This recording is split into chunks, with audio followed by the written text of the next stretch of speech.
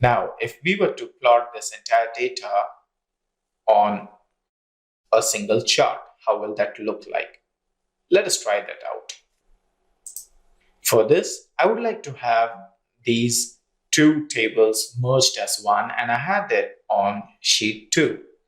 I have an additional column called team mentioned over here with each of the respective team names for all these members.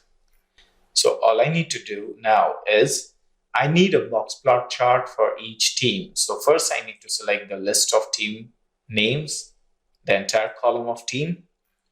Next, I'll select the entire column of age. While holding down the control key, you can click and select this and then release the control key. Now, click on Insert, go to See All Charts, and here under All Charts, we have the box and whisker. Now, this is the only output or sample available, so by default, it's selected. Just click on OK. And here we have. So I would say, I would give the title as something like age distribution.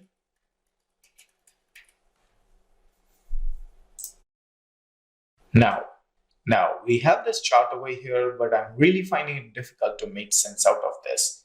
I see one line over here near 35 and then slightly above 15 and so on. It would be great if I can have some numbers here. So I click on this, data labels. Great, we have some numbers and we should be able to start making sense out of it, but I can see some numbers within the box. So let me have a light background for this box. So I click on Format, Shape Fill. I'll use a lighter color, something like this. And yes, here we have. So we see we have many numbers over here. Let us try to correlate to this. Okay, we had some values here. Let me copy this and paste it here as values. Right click, paste as values, because if I don't do that and just do a copy paste, you see I'll get the error over here. It's all dev0 num because all of them had formulas earlier. So rather I should just ignore this and right click here, paste as values. And here we have. So what was the average age? Now when we say average, that's also known as the mean. Okay, that's the mean. So the mean value for Wild Willows is 27.84 and Fury Eagles, that's 24.24.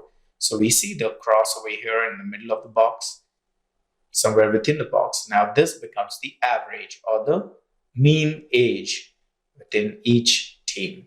Now the minimum value is marked over here, 16 for Wild Willows and 17 for Fury Eagles. Now these lines that you see above and below the boxes, these are called whiskers. And with the help of these whiskers, you can see the lower limit or the minimum value and the upper value. Well, in some arrangements of box and whisker chart, you might see this tilted towards the right, as in the lower value is on the left side and the upper value is towards the right side. Well, in that case, this axis over here, instead of the left side, it would have been below. But that's absolutely fine. The logic is still the same. Moving on, we have the lower and upper values. Now, quartile 1 is 25 and 21.5. That's here. The lower border of the box is the place where you can find your first quartile value, the lower end. Now, quartile 1 separates the lowest 25% of the values or the observations from the rest of the observations. Now here, moving on, we can see median. Now the bar that we see within the box, this is the median. Now here we can see this at the upper part of the box, that's 29, and here it's towards the lower part of the box, that's 29 and 23. Now this median generally helps you separate or divide the lower 50% of the observations from the rest of the 50% of the observations. So for example, for Wild Willows, 50% of the people belong to age group below 29. And the rest of 50% of people belong to age group about 29. When it comes to Fairy Eagles, 50% belong to about 23 and other 50% belong to below 23. Now that would be between 17 to 23 here, and in this case it's 16 to 29. Well, in case of first quartile, only 25% of people fall between the range of 25 to 16 age, and rest of them fall between the range of 25 to 35. That's 75% of the crowd falls within this range.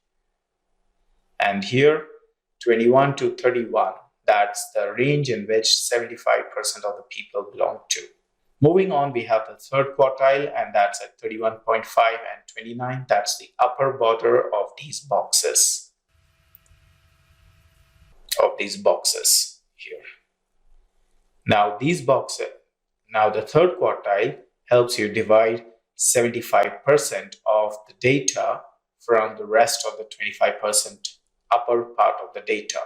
So we see 75% of the people belong to the age group between 31.5 and 16. In this case, 75% of the population belong to the age group of 29 to 17. Well, the balance 25% falls into the upper age limit. So the maximum age is 35 and 21. And this is how, with one single plot chart, we can answer so many questions. How long did it take for us? Just select the segregation. Now, just select the type of segregation that you need and the values that you want to analyze. And then click on Insert and select the box plot. It's here for you. But when we were doing it manually, it took really long time. We had to manually arrange to cross-check or at least use Excel functions to do that. But here, it was quite convenient. Now, can we quickly try one more box chart here? We have some more set of data that's on sheet 3. And this time, this is for the Bright Light Corp payroll data. And this is the employee data of Bright Lights Corp that we had referred to during our basic and advanced Excel program in some of our earlier examples. Now here, I would like to see a box plot for each engagement type. I would like to know the distribution of salaries here. So let's select the engagement type. Now both the columns are next to each other, so I can just select both the columns. Click on Insert, go to Charts, All Charts, Box and Whisker, click OK. Great. I would say salary distribution. Let's close this. Now we have salary distribution. We'll just use a different background. Well, the lighter background helps me read numbers. Now let me get the data labels here. And here we have that. Well, the decimal spaces are taking too much. So let me just click on these numbers and click on Home and reduce the decimals.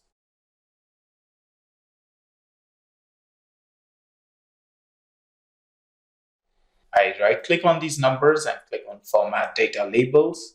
Now, below we have numbers, decimal places, I select 0. And here we have this.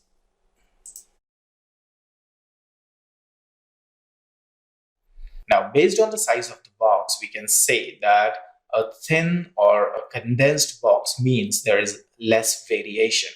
It is more consistent and so becomes easier to predict, wherein a larger box indicates there is a lot of variation, okay? Wherein there is one set, the quartile, wherein we can say if the average salary is 7,369 for those on payroll, the upper limit has been around 10,500 and lower limit around 5,500. That's quite a huge variance. And within the box, the first and third quartile is also quite large. But major chunk of people fall in between the second and third quartile. Coming back to this, the contractual employees, let me drag this down so I can see some difference. You see the numbers are overlapping here because the median, because the median and the first quartile values are very much close enough. So if I move my mouse over the first quartile, it's 5,200. Then I move my mouse over the median, and that is 5,877. That's quite. And if I move my mouse over the median, it's 5,600. 5,878 is the average or the mean.